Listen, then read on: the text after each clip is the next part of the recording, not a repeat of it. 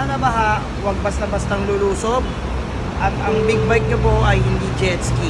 Sayang yan. Big bike CB650 nilusong sa baha. So guys, kung makikita nyo, wala na, lubog na yung tambucho natin. R9 na kasing bigat na ng bato.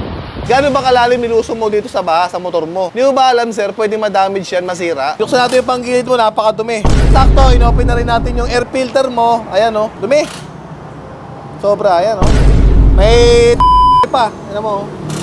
Palagi ako dumadaan sa baha, may galawang alog na mga bossing. Tingnan nyo guys, oh, dahil sa sobrang baha, linusong ko, ito ang nangyari sa aking gear oil. Anong kailangan dito?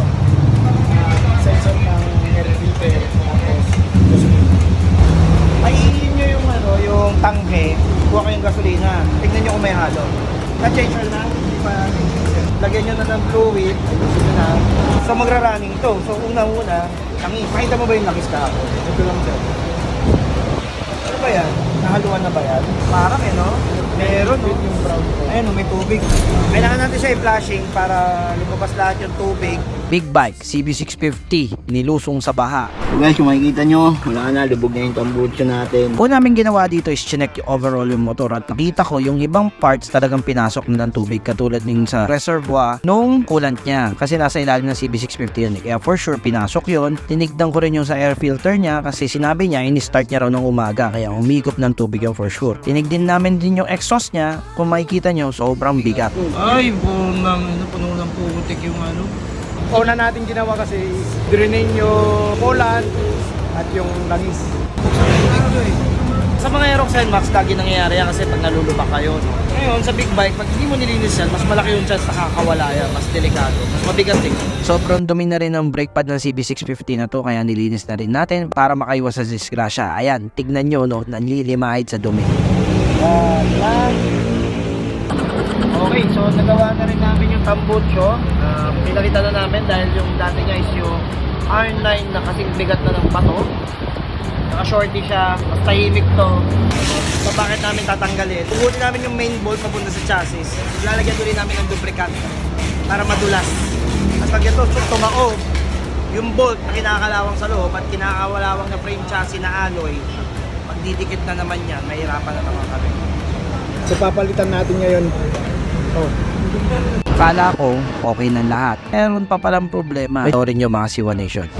Iba yung tunog niya. Pakinggan niyo yung makina, iba yung tunog.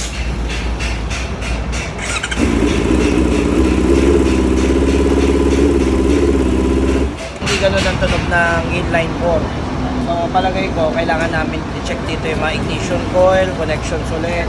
Pero mechanically okay na raw. Trinay natin i-start, so ayaw nilang mag-start. So tinik natin yung mga fuel line kung may madaloy na gasolina at the same time dun sa ignition coil, yung apat na spark plug, cap, na-check naman natin, binalik natin, umandar na siya. After few seconds, bago yung tunog. So naging inline ko siya. So cylinder yung buhay. Fully trained lahat-lahat. Nagka-problema lang kaganina yung isang cylinder di gumaandar. Ngayon natutunan nila kung bakit ganun kasi yung spark plug puro putik. So natanggal na, napalitan na. Okay na ulit, pakinggan nyo to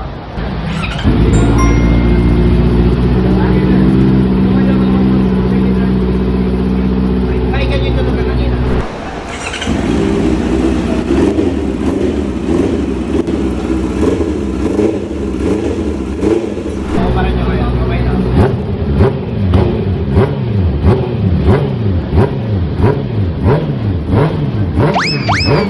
Mga nabaha, huwag basta-bastang lulusob. At ang big bike nyo po ay hindi jet ski. Sayang yan. So, Today mga boss, meron tayong NMAX version 1 na nagpa-PMS. Dahil nga maulan, ay hindi maiwasan ng ating customer na ilusong sa baha ang kanyang motor. Kaya kinakailangan nating buksan ang panggilid at ang air filter nito para linisin. Heto at linisin na natin na maigi ang kanyang panggilid gamit ang Kobe CVT Cleaner. Simulan na natin dito sa dry face, pulley, mga flyball at iba pang parte nitong panggilid ni sir. Pulidong linis lang at pwede na natin ulit itong i-assembly. Sinisigurado ng ating mga mekaniko na hindi susobra ang mga piyesang ikakabit sa mga motor ng customer. Gumagamit din tayo dito ng mga proper tools para safe ang mga motor ng mga client natin. Pagkatapos ng CVT set ay sunod naman natin ang air filter. Grabing dumi ang sinampit ng loob nito. Ano? Dumi. Sobra, ayan, oh. May ano mo. Good thing kay sir, pina-PMS niya agad ito right after niyang mailusong sa baha. Kaya maayos at walang naging major problem ang kanyang motor. At para makasigurado ay pina-change oil din ito ni sir. Pati gear oil palitan na din natin para sa mas smooth na takbo ng motor ni customer. Grabe mga Kasiwa Nation, medyo may pagkasiga si customer. Tingnan nyo naman yung langis nito, talagang sulit na sulit. Finally sir, tapos na natin i-PMS tong NMAX version 1. Lahat ng pwedeng palitan, pinalitan na. Lahat ng marumi, nalinisan na. So ito guys yung problema ko. Napansin ko dahil palagi ako dumadaan sa baha, ito ang nangyari. May kalawang sa malit na bagay na kalawang na yan, ang nangyari, yung bearing ko dito sa mismong transmission, alog na mga bossing, alog na. Ito ang hindi ko na ipapacheck. Ito ang malaking problema. So once na umalog to guys, may tendency na magkaroon ng bungi itong ating transmission. So buti na lang mga bossing, walang tama yung ating transmission at syempre naagapan natin kagad. So buti na lang guys, hindi siya totally na damage. So dito sa bearing na to guys, once na talagang natanggal to or umalog, ito ating pinaka-transmission o transmission natin is mabubungi. Mahirap to guys pag nabasag to. Tingnan nyo guys oh, dahil sa sobrang baha, pinusong ko, ito ang nangyari sa aking gear oil.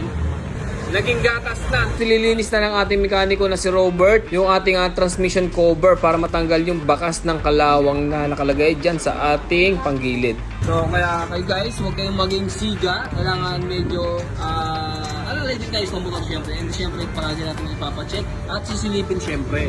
Kailangan natin silipin yung panggilid natin. Lalo na sa panggilid guys, no? At syempre dito sa may part ng transmission. So para hindi mangyari sa inyo to. At buti na lang hindi nabasag etong aking transmission gear mga bossing, no? Doon sa mismong pinagkakapitan ng transmission yung nagkaroon ng problema na umalog. So base doon sa aking mekaniko, hindi ko na pwedeng itakbo yun kasi mas magiging malala yung problema once na tinakbo ko yun at nabasag talaga ng tuluyan. So dito naman sa part na to, okay naman. Diba siya, hindi yung mga bearing dito sa loob is all goods naman. So ayan, napalitan natin at yan, wala na siyang alog. At kasalukuyan ng ginagawa ng ating mekaniko na si Michael. Ito na lang guys, meron tayong nakita at kung wala tayong nakita, awit, hindi tayo makakauwi.